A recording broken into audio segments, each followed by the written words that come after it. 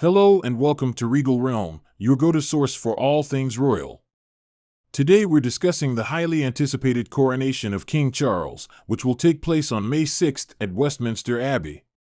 The ceremony is expected to be a grand and regal affair, with all senior royals in attendance. However, there are a few notable absences and differences in the roles and attire of certain members of the royal family. The late Queen Elizabeth's funeral last year highlighted the differences between working and non-working royals, as both Prince Andrew and Prince Harry stood out from the rest of the family. The same is expected to happen at King Charles's coronation, as both Andrew and Harry are no longer working royals, but for very different reasons. Andrew's involvement in the sex abuse scandal and his subsequent out-of-court settlement with his accuser, Virginia Giuffre, means that he has lost his royal duties and military titles.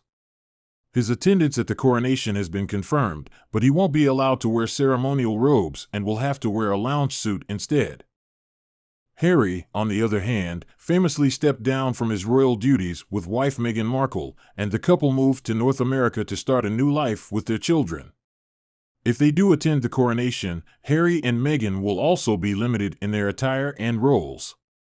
They won't be allowed to wear robes or a coronet, which is a small crown consisting of ornaments fixed on a metal ring. Royal historian and expert Dr. Tessa Dunlop explains that in our changed times, with a father king who wants both his sons by his side, expect to see Harry there, but minus a coronet and robe. The visual messaging of the event is all about royal hierarchy, and it's clear that the future king and queen will be the focus of the ceremony. But it's not just about attire and roles.